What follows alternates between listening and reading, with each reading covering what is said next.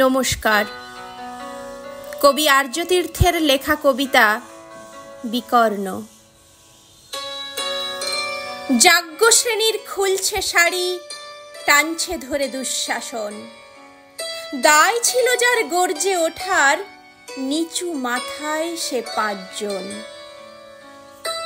দুর্যোধনের নগ্ন উরু, ইঙ্গিতে তার ধর্ষকাম। হস্তিনাপুর দেখছে বসে, ধ্বস্ত হতে তার সুনাম।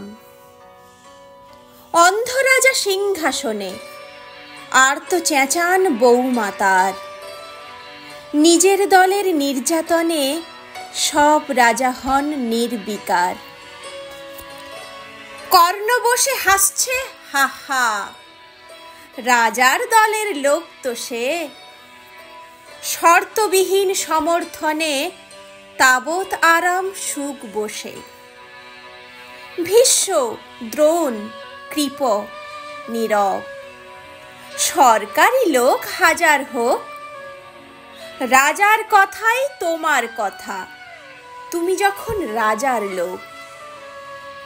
খল শকুনি দেখছে সবই, বস্তুত সে ধ্বংস চায়।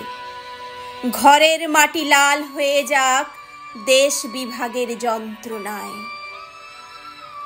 সুশীল সভায় ঘটছে যখন রাজ অপরাধ জঘন্য, ঠিক তখনই তার বিরোধে চেঁচিয়ে ওঠেন বিকর্ণ। বিকর্ণ নন কেউ কেটা লোক, ১০০ ভাইয়ের একজনা। এর আগে কেউ তেমন করে তার কথাটাই জানত না। যতুগৃহে কারেন্নিরা, অন্তত তা নেই লেখা। ভীমকে যখন বিষ খাওয়ালো, তখনও তার নেই দেখা।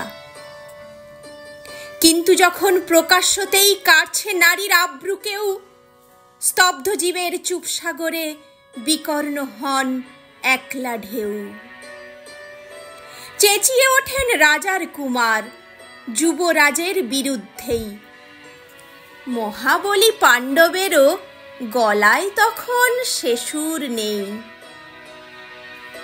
রাজা যখন নীরব থেকে সায় দিয়ে যান ধর্ষণে, ঠিক তখনই সমস্ত যুগ বিকর্ণদের স্বর শোনে। আমরা যারা কিচ্ছুটি নই, একটি মাত্র ভোট কেবল। অত্যাচারের সামনে এলে সঙ্গী শুধু চোখের জল। পোষ্যভাবে যাবনা চেবাই, অন্ধ এবং নিকর্ণ। প্রার্থনা থাক আমরা যেন একবার হই বিকর্ণ। প্রার্থনা থাক আমরা যেন একবার হই বিকর্ণ। ধন্যবাদ।